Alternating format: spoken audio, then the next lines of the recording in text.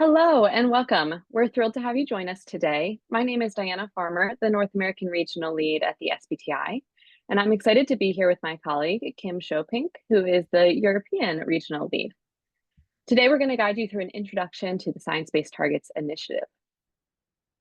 Did you know that the climate crisis could cost the global economy $178 trillion by 2070 due to extreme weather events, resource shortages, and supply chain disruptions?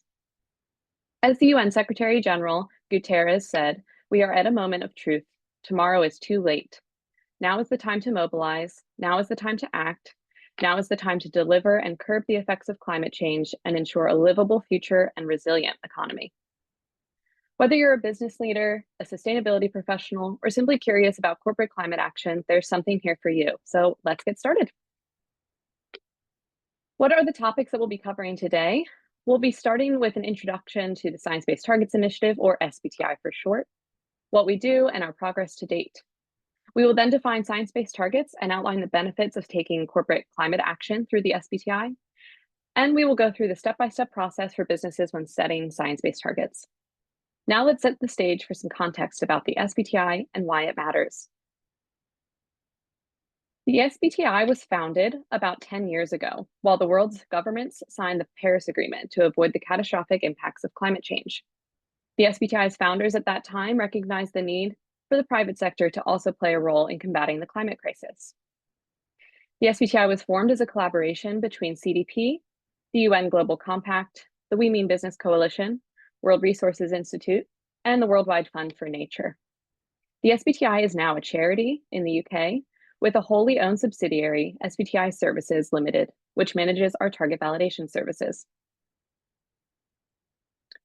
We know that to stand a fighting chance of maintaining a habitable planet, mitigating systemic financial risks to the economy, and for businesses to remain competitive, that the corporate sector must urgently act on the clear warnings from climate science. At the SBTi, we enable companies and financial institutions to do all of the above by taking ambitious action. We do this by defining and helping companies understand how much and how quickly they must decarbonize to keep global heating below catastrophic levels and to reach net zero by 2050 at the latest. There is no time to lose. And how do we do this? We do this by defining and promoting best practices in setting near-term and net zero emissions reduction targets in line with climate science. We develop standards, tools, and guidance to enable companies and financial institutions to set those targets. And we have a rigorous process for developing standards, which is publicly available on our website. These procedures ensure that the content of each standard is driven by a transparent, multi-stakeholder approach and that no one group or individual has sole decision-making authority over its content. We also assess and validate targets by companies and financial institutions through our wholly owned subsidiary, SBTi Services. Our work has enabled a surge in corporate climate action. Companies and financial institutions worth around 40% of global market capitalization have SBTi validated science-based targets or commitments to set one. At the end of 2023, over 4,200 companies and financial institutions had their targets validated. Fast forward to the same time in 2024, and that number increased to nearly 7,000. With that, I'll pass it over to my colleague, Kim, to walk us through what a science-based target is. Thank you, Diana, for that introduction to the SBTi. Now, let's dive into what science-based targets are, who can set them, and why they should. First, what makes a target science-based? Targets are considered science-based when they commit a company to reducing greenhouse gas emissions in line with what the latest climate science deems necessary to keep global heating below catastrophic levels. In short, it means that science-based targets define how much and how quickly a business must reduce its emission to meet global climate goals. SBTi Services checks and validates the science-based targets of corporates, financial institutions, and small and medium-sized enterprises against the SBTi minimum requirements and criteria. By having their targets validated, businesses show their customers and investors that their net zero goals are aligned with what science requires to prevent the worst impacts of climate change. Companies can set both near-term and net zero science-based targets through the SBTi. Firstly, let's look at near-term targets. Near-term targets focus on achieving reductions within 5 to 10 years from the date of submission to the SBTi. The target boundary, that is the percentage of emissions from a company's inventory that must be included in the target, must cover 95% of Scope 1 and 2 emissions and 67% of Scope 3 emissions if Scope 3 emissions account for more than 40% of a company's total inventory. Near-term targets for Scope 1 and 2 should be, at a minimum, consistent with the level of decarbonization required to limit global temperature rise to 1.5 degrees Celsius, while for Scope 3 targets, minimum ambition can be aligned with a well below 2 degrees scenario. Now, let's look at net zero targets. The main difference between near-term and net zero targets is that net zero targets also include a long-term element to achieve net zero by 2050 at the latest. This means reducing Scope 1, 2, and 3 emissions to zero or close to zero by 2050 at the latest, and neutralize any residual emissions at the net zero target year and any emissions released thereafter. I will now dive a bit deeper with you into the net zero standard. We launched the corporate net zero standard in 2021, and since then, more than 1,440 companies have had their net zero targets validated by the SBTi. The standard has 4 core elements. The first one is a near-term target, which I just outlined on the previous slide. And the second one, as I mentioned, is a long-term target to reduce emissions to a residual level by 2050 at the latest. For most companies, that is an over 90% reduction from a company's base year. For long-term targets, the Scope 1 and 2 boundary requirement is the same as near-term, 95%, but it increases from 67 to 90% for all Scope 3 emissions. Long-term targets require all scopes, 1, 2, and 3, to align with 1.5 degrees pathways. The third element is the neutralization of residual emissions, meaning that when a company achieves their long-term target, they must neutralize any leftover residual emissions they cannot cut. Neutralization requires counterbalancing with permanent removals and storage. The fourth and final component of a net zero target is what we call beyond value chain mitigation, or BVCM for short. BVCM is defined as mitigation actions or investments that fall outside a company's value chain, including activities that avoid or reduce greenhouse gas emissions or remove and store them from the atmosphere. BVCM is a mechanism by which companies can go above and beyond their science-based targets. Companies can deliver BVCM in a number of ways, including by purchasing and retiring high-quality carbon credits and direct investments like equity, debt, or project finance. Given the urgency of the climate crisis, SBTi encourages all companies working to decarbonize their operations and wider value chains to take immediate and consistent action to deliver mitigation beyond their value chains. Companies interested in pursuing BVCM measures are encouraged to consult SBTi's reports on this topic. They are available in the resource section of our website. Please note again that components 1, 2, and 3 of the net zero standard are required when you want to set net zero targets, while component 4, BVCM, is recommended. So, why set a science-based target? In many ways, it is the first step in taking real, concrete action towards decarbonization. Setting a target demonstrates a company's commitment to reducing emissions within its value chain, sending an important signal to internal and external stakeholders. That signal can rally employees around a common goal, and it can also be an important indicator for investors and consumers who may look to a company's climate commitments as a criteria for investment or business. Reducing greenhouse gas emissions can also help prevent economic losses related to supply chain disruptions and material damage, and safeguard vital ecosystems we rely on every day to filter water, purify air, support agriculture and business operations. Based on a survey from early 2024, we found that companies are motivated to set science-based targets for several reasons, such as building resilience and future-proofing business models to navigate the rapidly evolving business landscape, improving their operations efficiency and reducing reliance on resources that are expected to become increasingly scarce and cost prohibitive, increased innovation. Science-based targets lead companies to develop new, low-carbon products and processes that result in a competitive advantage and, in many cases, a bigger bottom line. Brand reputation. As companies and employees become increasingly concerned with a company's environment and social values. Companies also reported that SBTi-validated targets boost credibility and confidence with investors. According to a 2024 survey by Stanford University and the MSCI Institute, nearly 60% of the world's top institutional investors consider sustainability criteria critical in shaping their investment decisions. Thanks, Kim, for the comprehensive overview of science-based targets and the benefits businesses can experience when setting and validating them through the SBTi.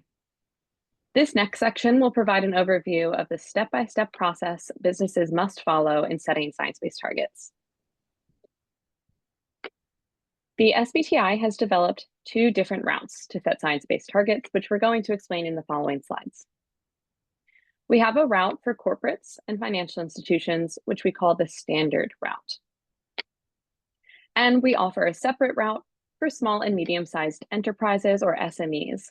Businesses that meet SBTi's definition for an SME can use this tailored validation route, which is better suited to their operations and allows them to set targets more efficiently. For the purposes of this video, we will only be reviewing the standard route, and a second future installment will provide an overview of the SME route.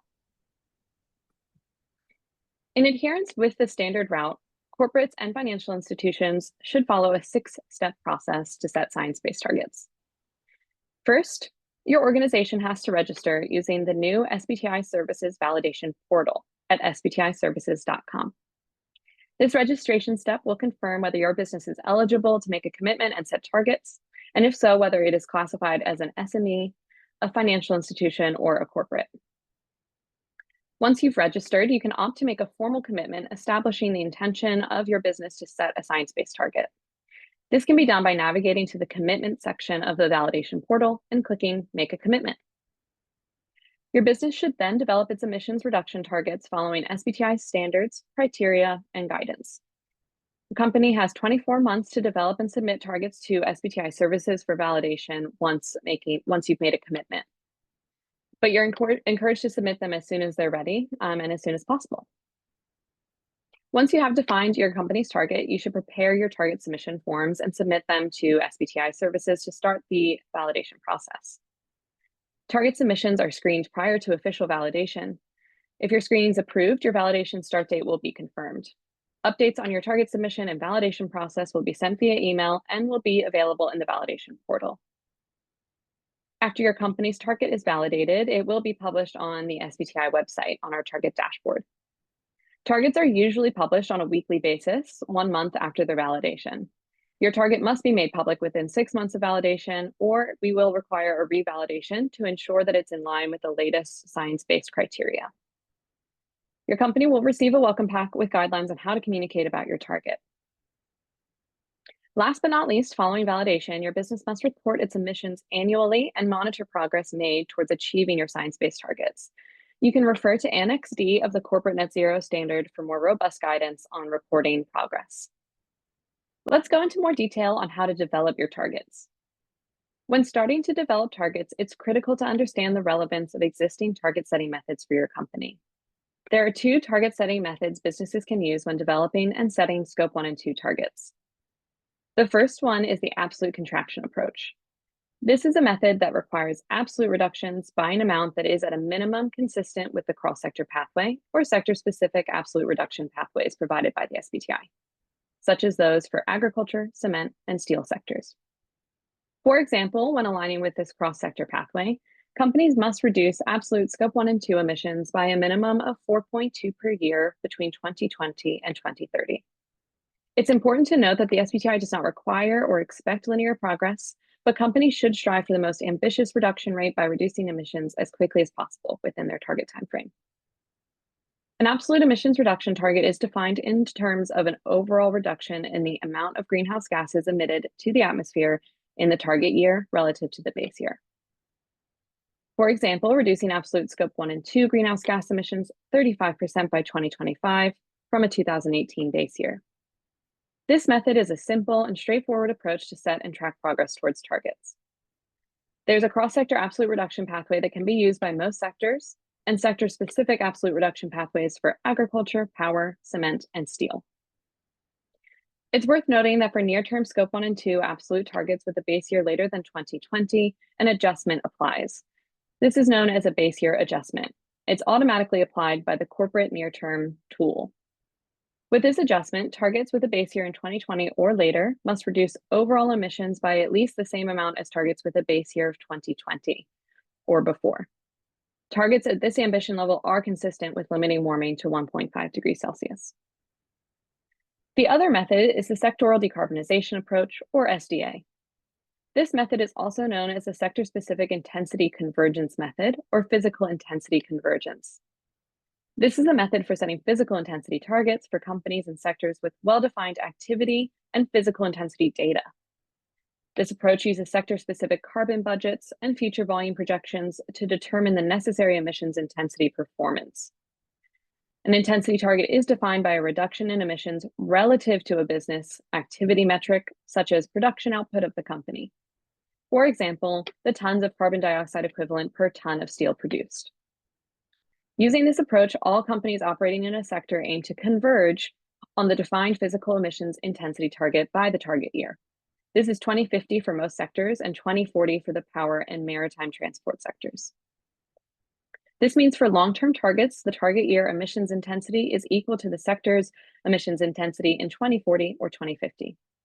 For near-term targets, a company's required emissions reductions vary depending on its initial emissions intensity, your projected activity growth, and sectoral budgets. The SDA is only applicable to certain high-emitting sectors, including agriculture, air transport, cement, financial institutions, maritime transport, power, and steel. Scope 3 emissions represent the largest source of emissions for most companies, and we'll go over the criteria for those now. According to a report published by CDP, Scope 3 emissions are on average 26 times larger than direct emissions. It's critical for businesses to activate wide-scale decarbonization efforts across their value chain to avoid the worst impacts of climate breakdown and enable the transformation to a net zero economy. Scope 3 is also complex with 15 different categories and varying levels of data availability and quality. Due to this complexity and to the indirect nature of these emissions, the SBTi offers various target setting methods for companies to provide flexibility when addressing these emissions. First is the cross-sector absolute reduction method, known as absolute contraction, which we just covered. This method is applicable to near-term and long-term targets across all scopes. The next method is the sector-specific intensity convergence, also known as the sectoral decarbonization approach, or SDA, which we also just covered. Next, we have the sector-specific absolute reduction method. With this method, absolute emissions are reduced by an amount that is at minimum consistent with an available sector-specific absolute pathway. This one is also applicable to near and long-term targets across all scopes, unless otherwise stated within sector-specific guidance. This method is available for agriculture, power, cement, and steel. The next two methods are intensity targets available to any sector for Scope 3 emissions. The physical intensity reduction method requires companies to define their own physical intensity metric and set targets to reduce physical emissions intensity by an amount that is at a minimum consistent with limiting global warming to well below 2 degrees C for near-term targets and 1.5 degrees C for long-term targets. Businesses using this method must choose a measure that reflects their activities and is intrinsically related to the emissions covered by the target. For example, company size, production input, production output, or level of service. The other intensity method available for Scope 3 targets is the economic intensity reduction method. Companies can use this method to reduce economic emissions intensity. For example, tons of carbon dioxide per unit of value added. These must be reduced by an amount that is at a minimum consistent with limiting warming to well below 2 degrees C for near-term targets and 1.5 degrees C for long-term targets. Finally, the supplier or customer engagement target. This target commits the company to encouraging and enabling science-based target setting by a specific portion of suppliers or customers. This method is only available for near-term targets. The SBTi has published guidance on developing and achieving Scope 3 supplier engagement targets for those looking to learn. Ambitious climate action must accelerate globally, but particularly in these key high-emitting sectors. That's why the SBTi prioritizes these for developing sector-specific guidance. Here's an overview of the current status of sector-specific guidance. Some are live and operational, like buildings. Some are still being developed, like chemicals, while others are being updated, like our land transport guidance. If your sector is not listed here or the sector-specific project is not yet finalized, you should use SBTi's cross-sector methodologies and resources to set targets. Companies are encouraged to familiarize themselves with the SBTi cross-sector resources, including the Getting Started Guide for Science-Based Target Setting, followed by reviewing the requirements of target setting in the corporate near-term criteria for near-term targets, or the corporate net zero standard criteria for net zero targets. For an overview of the target validation process, companies should then review the SBTi services procedure for validation of targets, use the corporate near-term tool and the corporate net zero tool to begin developing targets. Companies should also use the SBTi services criteria assessment indicators, or CAI document. This provides verifiable control points for information that companies must submit during the target validation process conducted by SBTi services, and ensures the science-based targets are in line with the SBTi criteria, the sector-specific guidance if applicable, and the greenhouse gas protocol accounting standards. In addition to all of these resources, the SBTi offers additional standards, tools, and guidance documents to help businesses develop greenhouse gas emissions reduction targets in line with SBTi criteria. To access these resources, please visit the resource library on our website. To access the wide range of resources to support your journey in validating science-based targets and navigating the validation portal, please visit SBTi services at sbtiservices.com. Once you've registered on the validation portal and developed your science-based target, the next step is to kick off the validation process. Prepare the submission forms and submit them to SBTi services via the validation portal, including additional details needed for contracting and invoicing. When SBTi services receives a target submission form, it goes into an initial screening. This is a high-level assessment to verify its completeness. If your company does not pass the initial screening, you will be sent an email indicating the reasons for non-conformance and recommendations for resubmission. Companies can make the recommended changes and immediately resubmit to SBTi services for another screening. If your company does pass the screening, your contract and validation start date will be confirmed, and the submission proceeds to the next stage. When the validation begins, your company's submission and evidence provided will be reviewed against SBTi services criteria assessment indicators to evaluate if the targets are in compliance with the SBTi standards under which the company is submitting targets. A target validation report and a decision letter will be sent within 30 to 60 business days of the validation start date, depending on the validation service chosen, and provided that the company responds to queries for further information or clarification sent by the target validation team within 2 business days. You can refer to the SBTi Services Target Validation Service Offerings document for further information. Throughout the process, businesses will receive updates on their target submission and validation process via email, as well as in SBTi Services validation portal. With that, I'll pass it back to Kim for a few closing remarks. Thanks, Diana, for this comprehensive overview of the step-by-step process businesses must follow to set science-based targets. Our future depends on climate action. Be a leader in the global effort to tackle the climate crisis and unlock new investments and open up new opportunities. And join the companies taking action and build together a sustainable and resilient net zero future. If you have questions about developing a science-based targets or want to learn more about the SBTi, you can start by visiting the FAQ section on our website. You can also explore our YouTube channel, where we offer a wide range of videos that can help you on your journey to setting science-based targets. Do you need more help? Feel free to reach out to us at info@sciencebased targets.org. And don't forget to follow us on social media for the latest updates. Thank you.